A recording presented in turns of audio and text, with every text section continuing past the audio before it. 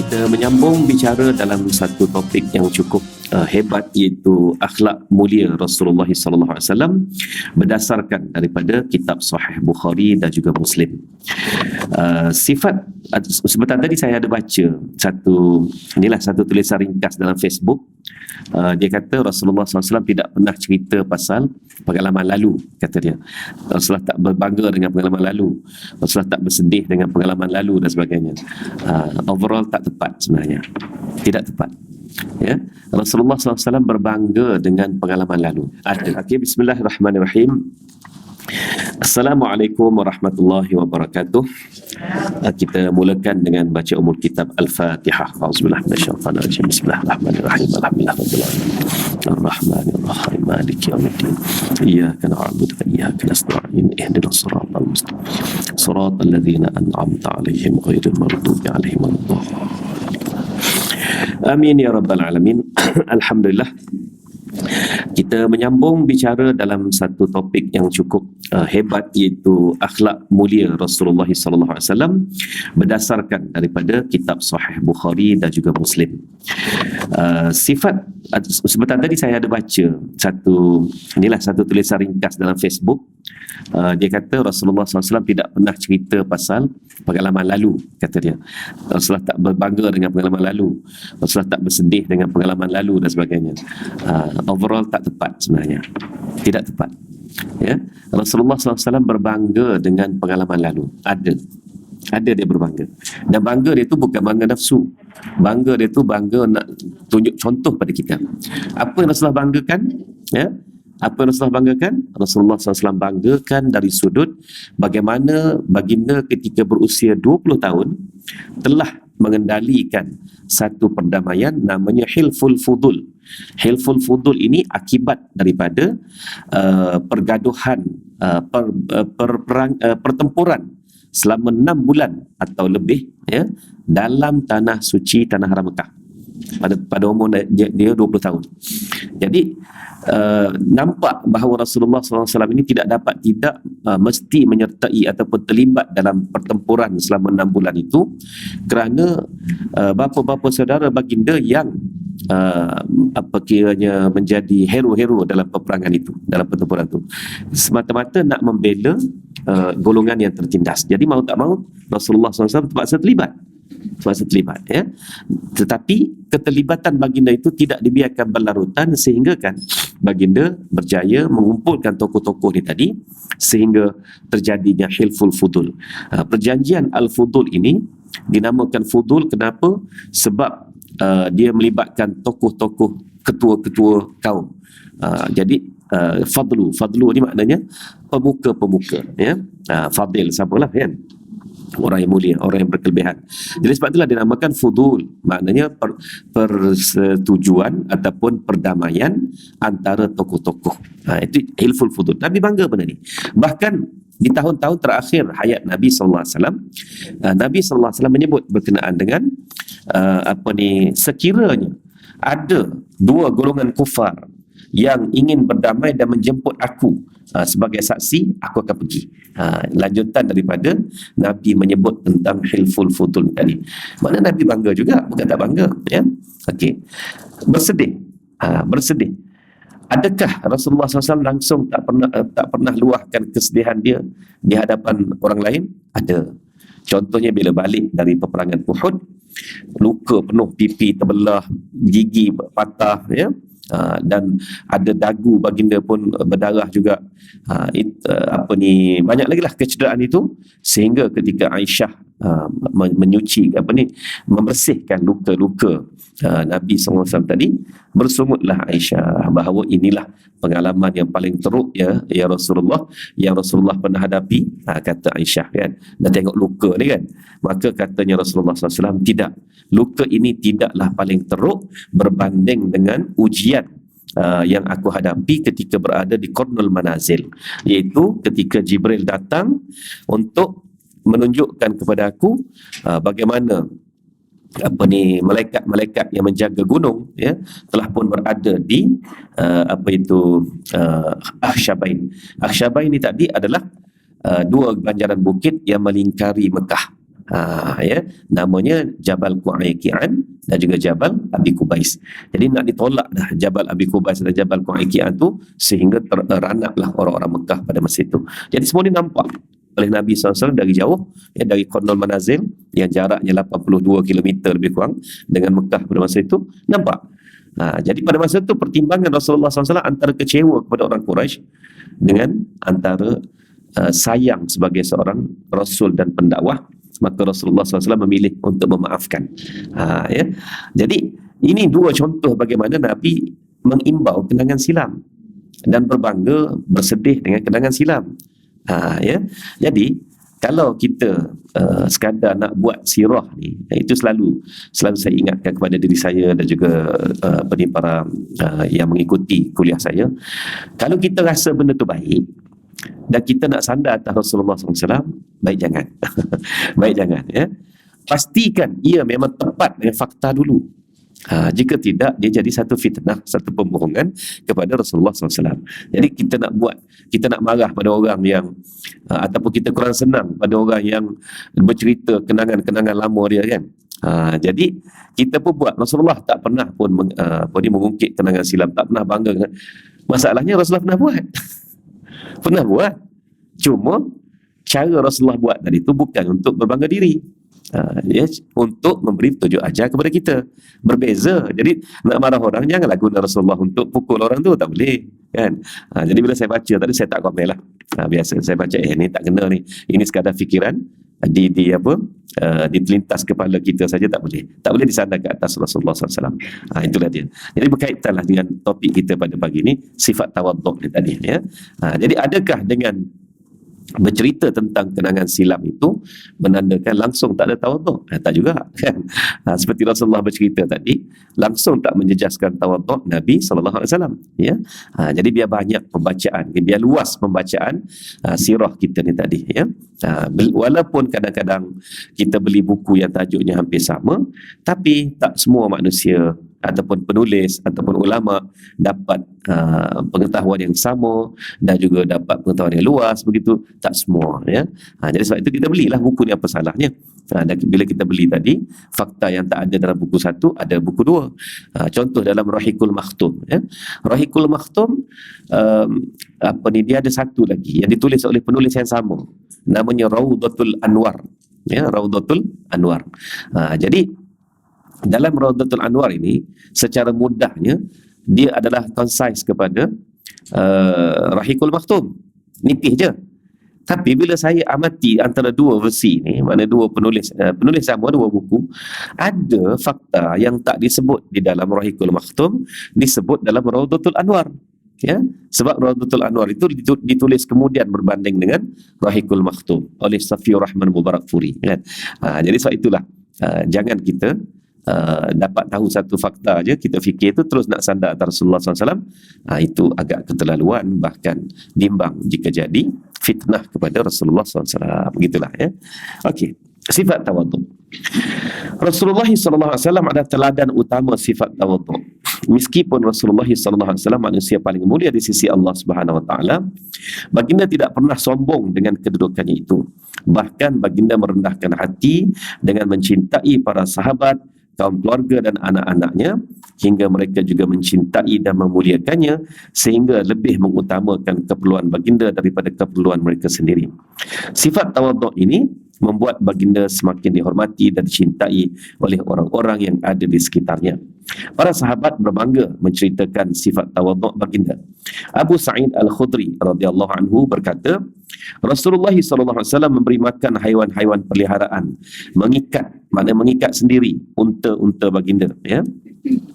Membersihkan rumah, memerah susu kambing, memperbaiki kasut, menjahit baju, makan bersama pembantunya, membantu menumbuk gandum dengan apabila pembantunya penat, membeli sesuatu dari pasar dan membawanya sendiri ke rumah, berjabat tangan dengan orang kaya, orang fakir, orang tua, anak muda, memulai memberi salam kepada setiap orang yang ditemuinya, baik orang itu besar, kecil, orang berkulit hitam atau putih, orang yang merdeka ataupun hamba. Contoh lain sifat tawaduk baginda adalah ketika baginda menyuruh sahabat-sahabatnya memasak kambing, Seorang daripada mereka menawarkan diri menyembelih sebagai penyembelih, yang lain menyiat kulit, dan ada yang akan memasaknya. Rasulullah SAW berkata, saya yang bertugas mengumpulkan kayu bakar. Jadi dalam semua kerja ini, yang paling sukar ialah nak cari kayu lah sebenarnya, ya. Sebab nak siap kambing ke apa ke, memang dalam kambing tu juga, situ juga nak cari kayu bakar ni, dari mana nak jumpa kan. Tapi yang sukar itulah sebenarnya yang menjadi pilihan Rasulullah SAW. Mendengar perkataan baginda ini, para sahabat terkejut dan baru tersedar bahawasanya semua tu dah ada, nak masak takkan nak guna apa, nak guna batu juga kan. Jadi kena guna kayu bakar, ya. Baik, barulah sedar bahawa kerja itu memang susah, dan kata mereka, cukup kami yang mengerjakan semuanya wahai Rasulullah sallallahu alaihi wasallam. Namun baginda menjawab, saya tahu kamu mampu menyelesaikan pekerjaan itu, tetapi saya tidak suka diistimewakan. Sesungguhnya Allah Subhanahu wa taala tidak suka melihat salah seorang hamba-Nya diistimewakan daripada kawan-kawannya. Contoh lainnya adalah ketika utusan kaum Najasyi datang menghadap, baginda menyambut dan menjamu mereka. Sebahagian sahabat berkata kepada baginda, cukup kami yang melakukan semua tugas ini wahai Rasulullah, ya, sallallahu alaihi wasallam. Rasulullah sallallahu alaihi wasallam menjawab, tidak, mereka telah memuliakan sahabat-sahabat saya, sahabat-sahabatku, ketika para sahabat berhijrah ke Habsyah. Ini pun satu perkara, ya, kita selalu sebut berkenaan dengan Najasyi Habsyah membantu sahabat-sahabat Rasulullah SAW yang berhijrah ke Habsyah kan. Ada satu kitab yang ditulis oleh Dr. Muhammad Munir Ghadban.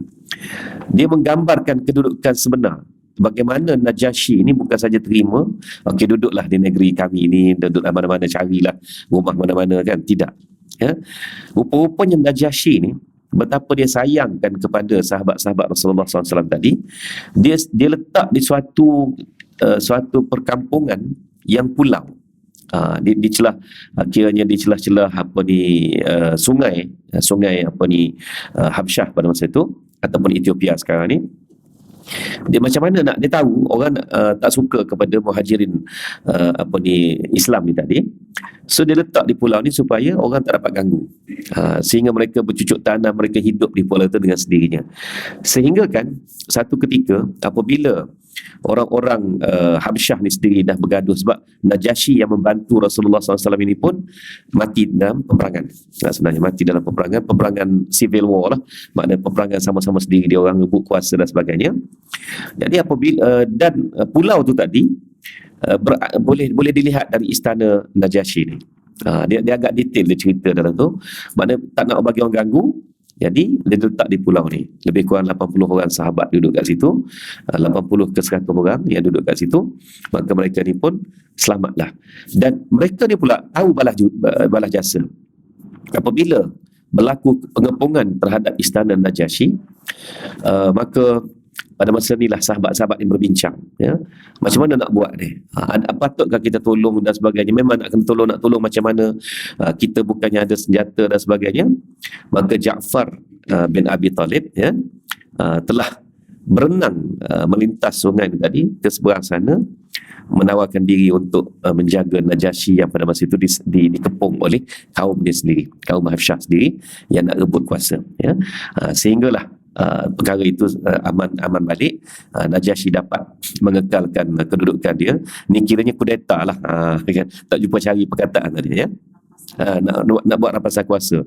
Jadi umat Islam ni nampak dari sini, ya, nampak dari sini macam mana nak buat, ya, nak tunggu perahu kan, nak tunggu apa kan, lambat lagi kan. So Ja'far bin Abi Talib ini sanggup berenang melintas itu sungai tadi, ya, dari tempat perkampungan mereka ke seberang sana, dan terus pergi dengan mendada saja, dengan tak ada senjata, ya, tak ada senjata, tapi sebagai satu sokongan moral, makna kami jaga raja yang telah menjaga kami ni tadi. Lalu sehinggalah keadaan dah aman balik. Najasyi pun beritahu kepada Ja'far, pergilah balik, dia kata, jagalah perkampungan kamu itu, tak ada apa-apa pada aku dan sebagainya. Jadi bila kita baca banyak buku sikit lah, saya tak kata saya baca banyak, tapi banyak sikit daripada sebuah, maknanya kan 2-3 buah, baru kita nampak senario tadi, ya. Kenapa ya Rasulullah SAW ni sanjung sangat Najasyi, barulah kita tahu bahawa Najasyi pun membalas menjaga amanah ni tadi dengan begitu sempurna. Letak di pulau lah apa, boleh bayangkan sungai besar, ada pulau-pulau kat tengah tu, jadi dia letak situ satu. Umat Islam ni ambil satu pulau tu, duduk kat situ. Jadi secara tak langsung keselamatan mereka pun terjamin lah. Siapa nak pergi serang mudah-mudah begitu kan. Tapi tahu juga umat Islam ni balas jasa, sehingga walaupun mendada tengah tak ada senjata apa, pergi juga nak bantu Najasyi yang pada masa itu sedang dikepung dalam rampasan kuasa sehingga selamat. Jadi bila perkara ini, Rasulullah SAW pun cukup menyanjung orang yang telah berjasa kepada baginda dan juga kepada sahabat baginda ridwanullah alaihim. Baik. Jadi Rasulullah menjawab, tidak, mereka telah memuliakan sahabat-sahabat saya ketika para sahabat berhijrah ke Habsyah, dan saya gembira dapat membalas kebaikan mereka dengan menyanjung kedatangan rombongan Najasyi ini tadi. Abu Hurairah radhiyallahu anhu berkata, suatu hari saya pergi ke pasar bersama Rasulullah SAW. Baginda membeli kain dan meminta orang itu mengukurnya. Melihat yang di hadapannya adalah Nabi Muhammad SAW, orang itu langsung meraih tangan baginda dan menciumnya. Namun baginda menarik tangannya daripada genggaman orang itu sambil berkata, ini adalah kebiasaan yang dilakukan oleh orang-orang ajam terhadap raja-raja mereka, termasuk orang ajam itu adalah orang Melayu kan. Di segi orang Arab, cium tangan ini aib, kerana cium tangan ini tandanya mengampu. Jadi jangan sekali-kali cium tangan tokoh-tokoh Arab. Banyak benda sebenarnya yang orang Arab pening dengan kita ni. Hari tu saya first time jumpa dengan Duta Yaman ke Malaysia. Duta Yaman ke Malaysia ni dia jaga 5 negara. Dia tak larat nak jaga nak satu negara satu duta, tak larat, jadi 5. Malaysia, Kemboja, Thailand, Indonesia, atau Brunei. Brunei dia jaga 5 duta ni. Bagus orangnya. Mana tak satu duta jaga 5. Dia tak larat nak jaga sampai 5 orang duta 5 negara, tak ada lah. Jadi dekat Asia Tenggara ni dia ada Malaysia, beberapa negara je lah yang ada mission dengan dia kan. So duta ni kata, saya tengok dia kata, orang Malaysia ni banyak sangat ambil budaya Yaman ni, dia kata. Banyak sangat ambil budaya Yaman ni, antaranya Stangi tu lah. Buhur tu kan. Okey. Di Yaman dia kata, bahkan negara Arab lain pun buhur tu ataupun oud, dia panggil oud tu adalah kayu gaharu. Oud tu mari belah kita sebenarnya. Dia punya peribahasa dia, la qu'ud ba'da ud, dia kata. La qu'ud ba'da ud. Faham tak betul maksud dia? Jangan duduk lagi selepas ud keluar. Qu'ud makna duduk. Jadi la qu'ud ba'da ud. Kan bahasa Arab tu indah kan. Jangan duduk lagi selepas keluar buhur tu tadi ataupun Stangi tu tadi, ya. Baik. Masalahnya dia kata, bila saya pergi rumah orang Malaysia, duduk-duduk je terus buat keluar buhur. Jadi dalam kepala saya terus saya fikir, nak halau aku balik ke ni kan? Minum air tak sempat lagi. Dia sebenarnya lepas habis dah makan dah apa, gedebak-gedebuk semua sekali, buat keluar. Barulah saya pun teringat, saya pergi ke kota pun sama lah. Saya pergi ke kota dan macam tu juga. Lepas dah habis ekor kambing dah kita makan, tak habis pun. Kita cubit je kan. Jadi kita dalam rombongan, dalam 450 orang tu, ya, dengan apa, ketua hakim, ketua ni peguam negara Qatar pada masa tu. Peguam negara Qatar, ya. Dia letak kambing seekor kat situ, kita ambil lah. Kan, ambil nasi, ambil bawah tu nasi semua. Dia Arab, dia tak membazir lagu tu. Sebab satu pinggan besar, satu perahu tu kan, orang kata macam perahu tu, siapa-siapa pun ambil kat situ lah. Bahkan lagi dahsyat, dia tak ambil pinggan lain pun, dia makan kat situ je. Dia makan, dah tu habis makan, dia tinggal lah. Orang lain pula sambung. Orang Melayu tobat tak buat lagu tu. Kan? Jadi kita tengok gambar, terus kita buat tafsiran, tengoklah di Somalia lapar, tengok di sana. Masalahnya memang itu budaya dia. Dia tak tambah dah nasi kat situ lah. Nasi kat situ dah, kita dah sekor kambing kat tengah. Cubitlah ambil kambing tu makan. Habis-habis kat situ. Bahagian kita ni, orang lain pula duduk, makan pula kat situ. Kan? Itu lagi bagus sebenarnya. Kita dengan pinggan lagi lah, dengan apa lah. Sampah tak mudah lepas tu kan. Sebab tu jangan hina budaya orang kalau kita tak faham kan. Jadi bila duta Yaman tu cerita dekat Malaysia, dia kata pelik, dia kata orang Malaysia ni, dia ambil budaya tapi dia tak belajar budaya, kata hakaza Malizin, kata begitulah orang Malaysia ni, dia absorb budaya tapi dia tak belajar kan. So saya teringat balik masa pergi ke Qatar hari tu, lepas dah habis semua sekali tu, dah minum macam-macam lah, last kali minum syai pekat dia tu kan, sembang-sembang kan, keluarlah dia punya pembantu dia buat keluar oat ni tadi berasap. Lepas tu semua pakat bangun balik. Itu isyaratnya majlis sudah tamat. Halus dia punya budaya tadi.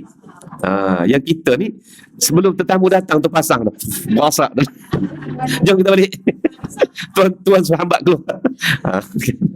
Kita gelak sakal masa tu kan. Gelak sakal dengan cerita dengan duta yang tak sangka pula nak jadi kawan baik dengan duta Yaman tu. Mesra sangat orang kan. Jadi itulah antara ya. Orang lama Yaman orang Yaman ni memang Nabi suruh layan dia dengan lemah lembut. Itu memang ada hadis berkenaan dengan layan orang Yaman ini dengan lemah lembut kerana hati mereka dilembut. Dan mereka cepat menerima Islam selepas daripada mereka berkenalan dan bertemu dengan Rasulullah SAW itu tadi ya. Itu memang ada sebenarnya. Okey. Jadi itu budaya apa? Budaya Ud tadi, budaya buhur. Budaya cium tangan sebenarnya saya nampak ya, Habib Omar dia dah banyak kali datang sini, dia tahulah. Jadi dia tahu dah, dia tak kisah sangatlah. Tapi saya nampak daripada riak muka tokoh-tokoh Arab yang datang kat sini, kalau first time pula tu, bila kita cium tangan, dia kurang senang. Tapi dia tetap jaga kerana dia tahu ini di Malaysia. Kalau di Mesir tu dia sentap lama lah tangan dia tu. Sebab memang aib. Itu budaya dia. Budaya kita tak apalah. Sebab tu kita belajarlah, belajar tentang bagaimana nak menghormati, memesrai ulama-ulama, tokoh-tokoh ni tadi, sehingga dia tidak kelihatan seperti bengis. Dia bukan bengis, tapi dia tak tahu bahawa benda tu di Malaysia benda tu normal kan. Tapi kalau Habib Omar tu dia tahu sebab acap kali dah datang. Ni pun dia nak datang lagi insya-Allah kan. Jadi itulah tuan-tuan ya. Soal budaya ni kadang-kadang benda tak ada dalam hukum, tapi benda yang mesti kita raikan atas nama dakwah tadi ya, atas nama ukhuwah Islamiah dan sebagainya, kita menghormati budaya masing-masing. Jadi kalau bersalam saja dah cukup. Tak perlu nak tambah hormat sebenarnya. Bersalam, pegang mana dua belah tangan pegang tu dah cukup. Itu dah sunnah Rasulullah SAW. Jadi kalau kita tambah dengan cium lah, dengan apa dan sebagainya itu orang kata apa, tambahan, kadang-kadang tu melibatkan kurang senang kan. Jadi tak payah cium tangan, salam je lah gitu. Peluk tu memang itu pun termasuk dalam sunnah juga, termasuk. Tapi dah kita rasa siapalah aku nak peluk syekh yang hebat macam ni kan.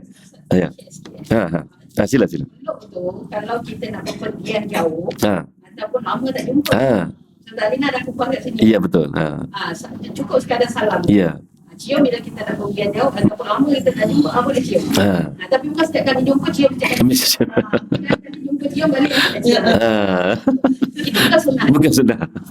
Itu bukan sunnah dan juga bukan budaya. Sunnahnya ya. Itu yang penting, ada dialog silang budaya tu ya. Jadi bila Nabi sallallahu alaihi wasallam tidak benar orang mencium tangan dia, bahkan Nabi kaitkan dengan kebiasaan orang-orang ajam kepada raja-raja mereka ya. Dan saya bukanlah raja, saya hanyalah manusia biasa seperti kamu. Oleh itu Nabi tidak suka dicium tangannya ya. Okey. Kemudian baginda mengambil kain tersebut dan saya memintanya dengan maksud untuk membantu membawakan kain itu. Nak tolong pikul lah kan. Namun baginda menolaknya dengan berkata, jangan, pemilik barang lebih berhak membawanya. Jadi Nabi tak izinkan Abu Hurairah menjadi pembantu kepada dia untuk memikul barang-barang yang dibeli oleh baginda sallallahu alaihi wasallam.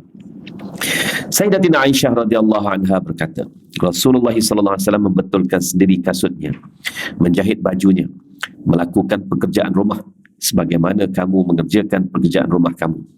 Suatu ketika pada malam hari, keluarga Abu Bakar memberi kami seekor kambing. Kami memegang kambing itu dan Rasulullah SAW memang memotong lehernya ataupun menyembelihnya. Jadi Rasulullah buat sendiri ya belaka, kan? Memang kita kat sini seekor kambing itu jadi macam besar lah sangat, kan? Boleh jamu satu kampung, kan? Tapi bagi masyarakat Arab, anak kambing itu yang umur sekitar setahun ataupun tak cukup setahun itu memang makanan harian dia orang. Maknanya bila Abu Bakar beri seekor kambing tu, sebenarnya macam kita beri seekor ayam, itu je lah.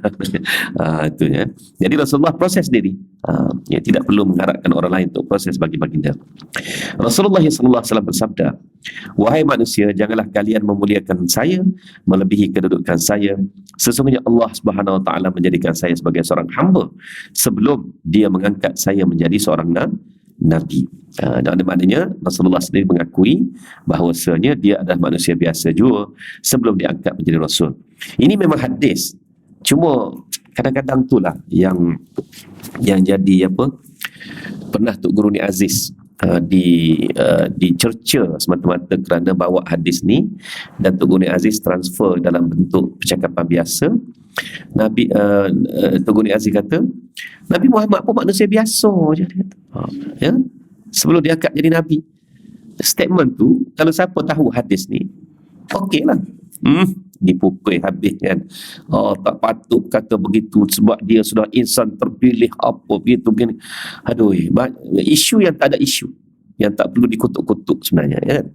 Memang Nabi SAW tu dipimpin melalui macam-macam bentuk pertolongan oleh Allah Subhanahu Wa Taala semasa dia belum jadi Nabi. Jangan kata Nabi SAW terima wahyu sebelum jadi Nabi, itu salah besar tu. Salah besar. Tapi dipimpin, dijaga, seperti Nabi Ibrahim AS pun sama, semua Nabi. Semua Nabi dan Rasul, mereka adalah manusia biasa sebelum dilantik menjadi Nabi. Tetapi istimewanya mereka bila seringkali mereka ini akan melakukan kesalahan, maka akan dihalak melalui dengan maksud penjagaan. Contohnya, apabila Nabi SAW teringin nak dengar pesta di Mekah, pesta pula setahun sekali, kan? Macam mana caranya? Caranya Allah tidurkan dia. Ya, Allah tidurkan dia. Cara Allah nak tidurkan ini ada pula cara dia. Apa dia cara dia? Ini disebut dalam Quran tau. Cara nak tidurkan baby ke apa ke yang mengamuk contoh, kan? Tutuplah telinga dia. Bila tak dengar, bila tutup ni, automatik dia jalan lari tu. Kan? Tutup telinga, tutup sikit dengan kapas ke apa ke, jadilah model lali. Dia duk mengamuk-mengamuk tu pun berhentilah, kan? Ni duk main duk goncang-goncang. Salah tu goncang bayi tu, jangan amalkan, ya. Sebenarnya boleh membuatkan mudarat, terutama otaknya dan juga organ dalamannya, kan? Jangan goncang gitu. Jadi caranya mudah je. Ataupun kalau petua saya lah, kan, dengan baby ni, selain pada tutup telinga tu memang disebut dalam Quran. Dan surah apa? Surah apa? Surah Kahfi. Ashabul Kahfi tu pendengaran mereka ditutup. Sebab itulah mereka pun akhirnya tidur sampai 309 tahun. Itulah pentingnya kita faham, bukan sahaja tadarus tanpa faham ayat tu, kan? Kita faham dia punya konsep dia tu. Macam mana yang gua ni tadi, gua tu pula, gua Kahfi tu, dia telah melentangi cahaya matahari. Maksudnya pintu gua ni berada menghala ke arah selatan dan utara. Matahari pula timur barat. Jadi sebab itulah dia jadi teduh, tak kena cahaya matahari. Telinga pula tertutup. Tertidurlah mereka yang bertujuh atau berlapan atau bersembilan orang ini tadi. Ya, tertidurlah mereka selama 309 tahun.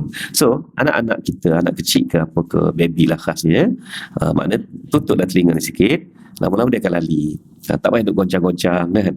Tak payah duk geram dan sebagainya. Ataupun kalau petua saya, ni petua ni bukan dalam Quran lah. Urut je atas ni, buat lalu je atas ni. Dari atas dahi ni ke bawah ni, kan? nak menidurkan 7 orang anak tu lah dia buat. Lama lepas lena lah dia akan tu, sebab bila mata kita dah ke tengah dengan ada jari ni, dia akan fokus, lama dia akan lena. Itu petua bapa 7 anak kan.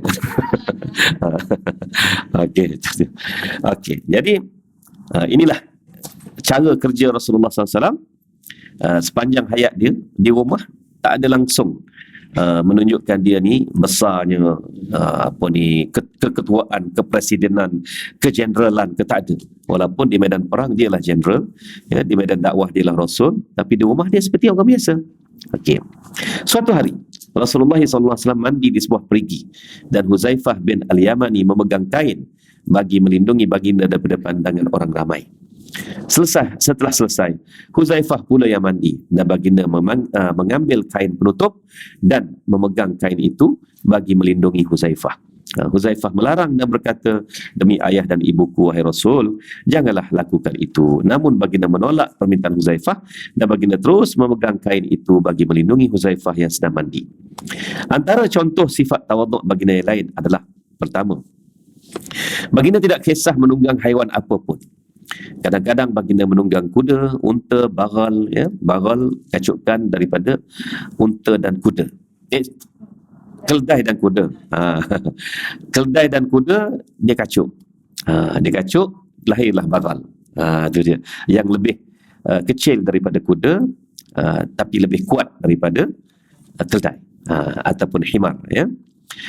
Bahkan dikatakan bagal ni lebih bodoh daripada keldai. Pula dia jadi gitu pula. Lebih bodoh daripada keldai. Tak tahulah Arab ni macam-macam lah kan. Okey. Bahkan kadang-kadang baginda berjalan tanpa alas kaki, tanpa ridak yang selendang yang menutup kepala baginda, ya, dan tanpa penutup kepala. Itu antara contoh bahawa baginda ni fleksibel, tak ada masalah. Bahkan di padang pasir, kadang-kadang ketika suhu tidak begitu panas, lebih baik kita berjalan kaki berkaki ayam. Sebenarnya kalau kita pakai kasut, dia lebih memberatkan kita punya langkah tadi. Ini petua berjalan di padang pasir. Okey, yang kedua, Rasulullah SAW sering mempersilakan hamba sahaya ataupun sahabat-sahabatnya membonceng di belakangnya.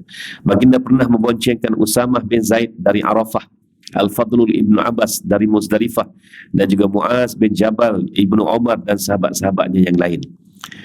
Kalau kiranya, takkanlah mereka ini pun segan juga nak naik bersama-sama Rasulullah kan, atas ekor unta. Tapi Rasulullah sentiasa tak kira budak ke hamba ke sebagainya, dia bawa untuk bersama-sama dia dalam sebuah kenderaan ataupun seekor kenderaan tu tadi, ya. Yang ketiga, Nabi Muhammad SAW juga tidak berasa segan tidur di atas lantai. Apabila para sahabat membentangkan kain, baginda tidur di atasnya. Kalau tiada kain, baginda biasa tidur di atas lantai begitu sahaja. Alas tempat duduk baginda berisi sabut, panjangnya 2 hasta dan lebarnya 1 hasta lebih. Itu pelapik duduk, ya. Pelapik duduk yang dibuat sendiri menggunakan sabut pokok kurma, ya. Sabut pokok kurma dan juga daun-daun kurma kering dimampatkan dalam satu karung lah kan, lalu dijahit, dan itulah yang menjadi alas duduk baginda sallallahu alaihi wasallam. Baginda tidur di atas tikar dan baginda tidak punya alas tidur selain itu. Pernah satu ketika yang menjadi bantal Rasulullah SAW ni kain linen. Kain linen ni kain yang niang lah sebenarnya kan. Gatal kan pakai kain linen ni. Kain kasar. Kasar daripada ni, dibuat dari apa? Dibuat dari bulu kambing lah. Linen ni kan. Jadi satu hari Hafsah telah, biasa dia lipat 2 je kain tu. Dia lipat 2 je kain untuk pelapik kepala ni. Satu kali Hafsah lipat 4. Lalu Nabi SAW terlena sehingga kan hampir separuh daripada 1/2 kedua malam tu. Maknanya 1/2 malam pukul 12, pukul 1. Dia terlena sampai pukul 3. Jadi Rasulullah SAW pun tak kata apa malam tu. Dia bangun, kiam seperti biasa je. Jadi waktu kiamnya tu suntuklah pendek. Esok baru dia tanya Hafsah. Dia kata, aku tidur tak apa malam tadi. Katanya Hafsah, ya, kain tidur biasa je. Cuma malam tadi aku lipat 4. Bukan lipat 2. Jadi agak tinggi sikit nak suruh Rasulullah lena sikit. Maka kata Rasulullah, bagi untuk malam esok dan seterusnya, kekalkan dengan 2 saja, jangan buat lipat 4 gitu, sebab menyebabkan dia jadi lena terlebih. Kan kita ni tak tahu, semua iklan bantal kita beli kan, di AG lah, di IG lah terlebih tebal pula kan. Tapi ada seorang ustaz ni, dia kata ada juga orang, dia kata, ustaz tahulah orang tu maksud dia ke, bila tilam tu selesa, dia kata dengan bantal pun selesa, dia tidur sekejap je, sebab dia tidur dengan penuh maksimum kepuasan, dia bangun awal. Ya ke? Ya ke tu? Ada jugalah seorang ustaz tu, pernah tak saya cerita lah ustaz mana tu kan, maknanya dia kata begitu dah, dia kata jadi sebab tu elok juga tilam ni biar selesa, dia kata. Jadi daripada nak boleh ketidur tu, nak boleh lelap mata tu setengah jam duduk pusing sana pusing sini, yang ni tak, letak je kepala terus tidur, cukup qiyamul lail terus bangun. Sebab puas sungguh maksimum. Teori kan. teori. Tapi Rasulullah sampai ke tahap lipat 4 pun dah menyebabkan dia jadi lena lebih, dan dia minta kekalkan, ya. Okey. Yang keempat, apabila Rasulullah SAW datang dari perjalanan jauh, anak-anak kecil menyambut baginda. Baginda mendekati mereka, mengendong salah seorang daripada mereka dan memangkunya. Manakala yang lain ada yang disuruh memboncengnya dan ada yang disuruh membonceng sahabat-sahabatnya. Anak-anak itu pun gembira dan bangga. Antara mereka ada yang berkata, tadi Rasulullah SAW memangku saya dan kami membonceng di belakangnya. Ada juga yang berkata, dan Rasul menyuruh sahabat-sahabatnya memboncengkan kami. Cuba kita bayangkan dia punya riuh rendah budak-budak tu mengikori Rasulullah, ya, bila keadaan tu berlaku. Saya suka kita pandang benda ni real, biar berlaku depan kita kan. Baru kita nampak betapa Rasulullah SAW tu kemesraannya tu kemesraan yang hakiki, ya. Bukan kemesraan yang buat-buat dan sebagainya. Yang kelima, Rasulullah SAW selalu menerima. Okey, saya teringat satu benda kan. Budak tengah main di padang, di tanah dan sebagainya ni kan. Ada kesan tanah di tubuh sebagainya. Kita baju bersih nak pergi semayang apa kan, taubat tak pegang budak tu. Sebab kita kata apa? Kotor kan. Sikit-sikit kotor kan. Tapi Rasulullah boleh pangku budak tu, ya. Dan boleh pula pergi ke masjid, sambung solat dan sebagainya. So di manakah maksud kotor fiqh ibadah kat situ, fiqh kesucian kat situ? Ada juga dia berkata, yalah masa tu budak-budak main pasir, kata dia kan. Pasir tak melekat di tubuh, tak ada kotor macam kita kat Malaysia ni selut habis kan. Itu alasan. Itu maksudnya. Fiqh kita ni kadang-kadang tu melebih daripada fiqh yang sebenar. Ya tak? Sikit-sikit kotor. Kan? Ada juga kadang-kadang selesai bergurau kan. Dia tengah makan, kita nak balik, tangan dia tu tak sempat basuh. Minta masak, tangan kotor. Kotor? Makan macam mana kata? Makan barang kotor kan. Istilah kotor tu maknanya mutan najis, maknanya telah dinajiskan.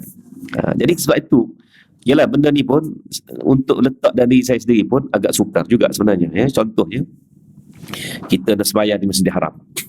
Sembahyang di Masjidil Haram contoh paling baik kan. Kita sembahyang dengan baju bersih, jubah bukan main berkilat ni. Maklumlah kan. Pergi umrah, pergi Masjidil Haram pula kan. Tiba-tiba kita masa sembahyang tu tak perasan lagi, bersentuh bau lah apa di kiri kanan. Tiba-tiba kita beri salam tu, pandang tengok, ya Allah, kuli kontrak. Betul salah, ya Allah, diapit oleh kuli kontrak. Apa perasaan pada masa tu? Sebab tubuh mereka tu nampak dah kesan tanah, debu, batu macam-macam, bau lagi kan. Bukan kotor tu. Tanah bukan kotor, tanah bukan najis. Jadi fiqh kita ni sebenarnya telah menyebabkan kita jadi memberatkan soal ibadah itu sampai ke tahap susah nak beribadah. Dan bila susah nak beribadah, akhirnya malah beribadah. Nak sembahyang contohnya tak? Mari dari kebun ni, masuk zuhur dari kebun ni. Sepatutnya dari kebun kotor apa bendanya, sebab tanah kan, kita bermain dengan tanah, bermain dengan peluh saja dan sebagainya, ya. Tak apalah dulu, masuk zuhur dah ni, nanti dulu kita nak mandi dulu apa, dah mandi dah apa, dah makan, tertidur last sekali jadilah jamak takdan. Kan? Jadilah jamak takdan. Jamak takdan tu sama ada terlepas masuk ke asar jadi qada lah kan. Ada juga yang habis je bagi salam zuhur je asal masuk. Itu jamak takdan nama dia. Itu dia. Jadi cuba kita fikir, sedangkan tubuh kita bukan kotor pun, cuma berpeluh. Berpeluh main tanah. Tanah bukan najis. Kenapa tanah tidak najis? Sebab kita dari tanah. Itu memang hukum yang tak boleh nak elak dah sebenarnya. Kita yang menjadikan tanah tu najis mengikut pandangan kita. Sehingga akhirnya nak kena mandi dululah, apalah dan sebagainya. Nak mandi, tengah panas-panas ni tak boleh mandi. Takut nanti terjejah kesihatan, jantung lah apalah. Banyak sangat alasan. Itu sebenarnya tu godaan tu. Godaan. Last sekali, dekat nak luput zuhur, barulah kita mandi, bekerja-kerja, semayang, bagi salam, asar pun masuk. Jadilah jamak tak ada. Ini kan, lama saya duk fikir benda ni. Duk fikir benda ni, kata, ini semua ni adalah talbisu syaitan sebenarnya. Godaan-godaan syaitan yang meletakkan sesuatu itu yang tidak kena pada tempatnya pun. Walhal, balik dari kebun tadi, masuk zuhur, tak apalah, kita semayang lah dulu. Lepas tu, nak pergi masjid contohnya kan. Okay, duduklah jauh sikit pada orang. Dah berpeluh kita ni bau contohnya, duduk jauh sikit pada orang. Tapi tetap kita dapat pahala. Ini pun satu benda yang kena faham juga, ya. Ini satu benda yang kena faham. Bila Nabi SAW sebut 27 kali ganda pahala bagi orang berjemaah di masjid, baru dapat 27 tu. Dan 27 tu Imam Ibn Hajar Al-Asqalani telah hurai 27 pahala tu bukan Tuhan bagi 27 kita, tak. Sebab yang Nabi sebut 27 tu kerana 27 aspek. 27 aspek dalam setiap solat berjemaah di masjid. Ada buku dia. Ada dia punya huraian hadis tu, punya panjang. Ustaz Subki Abdul Rahman dia terjemah je buku bahagian itu, syarah tu jadi satu buku. Kalau siapa baca buku tu baru sedar, 27 ni bermula dari apa? Bermula daripada solat sunat tahiyatul masjid, niat i'tikaf, kemudian menjawab azan dan solat sunat qabliyah, kemudian menjawab iqamah, kemudian menunggu takbir imam, kan? Jadi jangan marah kalau imam duk usalli kita pun lambat sungguh tu imam ni kan. Kan contohnya dah ada pahala kita menunggu imam. Itu termasuk semua. Termasuk semua kan. Step by step. Jadi 27 semuanya. Ada dalam buku tu, cari. Ya. Sampai selesai. Sampai ba'diyah, termasuk ba'diyah. Termasuk ba'diyah. Jadi sebab tu kalau solat berjemaah di rumah tak dapatlah yang 27 tu, memang tak dapat. Sebab apa? Azan. Siapa nak azan di rumah? Kan? Ya? Boleh azan. Tapi kalau azan tu orang sebelah pun pelik. Apalah tu Haji sebelah ni kan. Tak pergi masjid tapi duk azan di rumah kan. Agaknya berebut jawatan Bilal lah kata. Fitnah dah mula melanda. Jadi gian dia azan kat rumah. Pendek kata tak buat lah. Habis-habis kita buat lah qamat kan. Tu saja. Dia kira hilang lah 27 tu. Hilang 27 tu. Solat sunat tahiyatul masjid dengan niat i'tikaf, dua ni confirm hilang dah. Sebab mana ada masjid kat rumah kan. Jadi sebab itu kalaupun ini fikiran saya ni mungkin tak disetujui oleh ramai orang lah kan. Kita berjemaah, kita dari kebun tapi kita nak pergi masjid. Nak pergi masjid, maka kita pun tahu kalau aku pergi depan ramai marah orang kan. Maka kita pun semayang jauh, keluar daripada soft kan. Kita hilang pahala soft. Jadi 26. Tetap ada 26 lagi. Jemaah sah tapi pahala soft tak ada. Itu termasuk dalam yang Imam Ibn Hajar bilang semua tu. Semayanglah kat belakang kan. Ya, hilang pahala tu. Pahala soft tu pahala. Hilang yang itu. Tapi kerana kita ada maslahat. Seperti contoh, saya bawa anak pergi tarawih. Anak yang bonsu yang 8 tahun tu kan. Budak 8 tahun. Memang tak ada lagi dah. Memang dia berguling tu anak saya. Dia berguling sampai sana. Jadi akhirnya saya keluar daripada soft ini, duduk dengan dia, semayang dengan dia dan sebagainya, tumpu dia tengok sebelah dia, tak berguling lah dia ni. Kalau tidak dia berguling tu sepanjang Masjid Putra tu, daripada pintu tu dia berguling. Kita pula ambil video saja nak tunjuk ke mak dia kan. Ambil video, dia tahu kita ambil video, dia guling lagi sekali ke sana. Aduh, dia kata dah budak, namanya budak kan. Jadi kita pun keluar daripada soft. Keluar daripada soft, duduk semayang dengan dia. Dia pun tak bergerak lah sebab kita semayang sebelah dia kan. Sebab jadi Tak apa dah orang kata apa semayang macam ni kan, tak jaga sah. Ya, kita ada maslahat yang menyebabkan kita hilang pahala saf tu. Tapi solat jemaah dengan tu imam tu masih ada. Masih dapat pahala jemaah. Jadi sebab tu kita kena baca biar luas sikit je. Tak sebenarnya. Tapi bila kita cerita benda ni, ya apa, ustaz liberal lah. Ustaz liberal, CEO Yadim, liberal kan. Kan. Seronok bab menghentam mengecok ni seronok tau. Kan sebab tu saya kata tak usah ambil kerja pejabat pos lah, benar ya. Tahu kerja pejabat pos dulu lah ni semua mesin lah kan. Cok kan. Ya. Dia nak juga dalam sabun, tapi dia membiarkan anak dia. Inilah masalah dia. Apabila betul ada seorang motivator terkenal, dia sebut dalam radio IKIM masa tu. Lama dah, masa saya bertugas lagi lah. Maknanya kan. Motivator ni dia kata, saya tanya orang sebelah saya bila dah ada seorang makcik ni ataupun datin ke datuk ke apa, marah-marah budak tengah main-main ni, saya tanya orang sebelah saya, terganggu ke kan solat sebab budak duk berlari ni? Tak perasan pun budak. Jadi dia kata apa? Dia kata sekarang ni soalnya khusyuk kita. Jadi kita bersemayang tu kerana Allah, bukan semayang di masjid, dia kata. Bukan semayang kerana gangguan budak tu. Oleh itu tak ada masalah. Kata. Betul lah dia kata gitu tu. Tapi masalahnya orang tu itu satunya. Dan siapa yang menyebabkan majlis tu jadi macam terganggu, dia kena bertanggungjawab lah. Sebenarnya dari sudut kita tak apa. Untuk diri peribadi kita, saya terima apa yang disebut oleh dia tu. Maknanya kita biar hati kita khusyuk, so kita tak terganggu dengan sekeliling. Itu untuk personal. Tapi untuk pemilik kepada budak-budak ni, dia kena bertanggungjawab lah supaya tidak mengganggu program pada masa tu, ibadah pada masa tu. Betul. Juga kata setengah tu kutip kata-kata Muhammad Al-Fatih. Sultan Muhammad Al-Fatih dia kata apa? Dia kata generasi yang masjidnya tidak penuh dengan budak-budak, kita akan lihat generasi yang jauh daripada agama. Sebab tu bawalah budak-budak ni sampai bermain di masjid ke apa ke. Betul lah, itu Muhammad Al-Fatih kata ketika masjid kosong, bukan ketika masjid semayang. Tengah orang solat, nak suruh berlari, marah orang, ganggu orang. Jenis ambil sekerat-sekerat masalah. Cuba cantumkan semua tu. Ya, kita sebagai individu jaga khusyuk diri, satu. Kita sebagai ibu bapa yang bawa budak-budak ni, jaga anak-anak, satu. Dan bagaimana masjid ini perlu dimesrakan dengan budak-budak, carilah waktu tertentu dan sebagainya, satu. Itu semua tu perkara yang perlu kita gabungkan, ya. Dan kita guna seguna-gunanya masjid tadi. Betul tahu di Turki memang dia ajak budak bermain di masjid. Riuh hiruk pikuk. Waktu apa? Ni waktu sekarang ni, waktu duha ni. Waktu duha ni. Bukan waktu tengah tarawih. Isunya tarawih je. Isu tarawih ya. Satu pun isu ni setahun sekali lah. Tapi perlu jaga disiplin lah. Kok mana pun disiplin kena jaga. Ya? Disiplin kena jaga. Itu insyaAllah.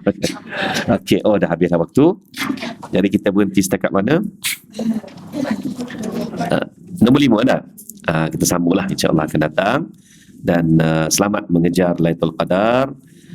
Semoga Lailatul Qadar menjadi milik kita pada tahun ini. Ada apa? Siaran? Okey. Mohon doakan Muhammad Taha Az-Zahari, dia beri kesembuhan motoneuron, masya-Allah. Okey. Baik, insya-Allah kita doakan dan kita sama-sama menyedekahkan Al-Fatihah kepada Muhammad Taha Az-Zahari ini. Semoga dengan Sab'ul Mathani yang merupakan ibu bagi segala syifa, memberi kekuatan kepada Muhammad Taha Az-Zahari supaya diberi kesembuhan daripada penyakit motoneuron. Al-Fatihah. Auzubillahi minasyaitonirrajim.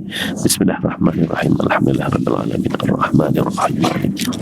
Iyyaka na'budu wa iyyaka nasta'in. Ihdinas siratal mustaqim.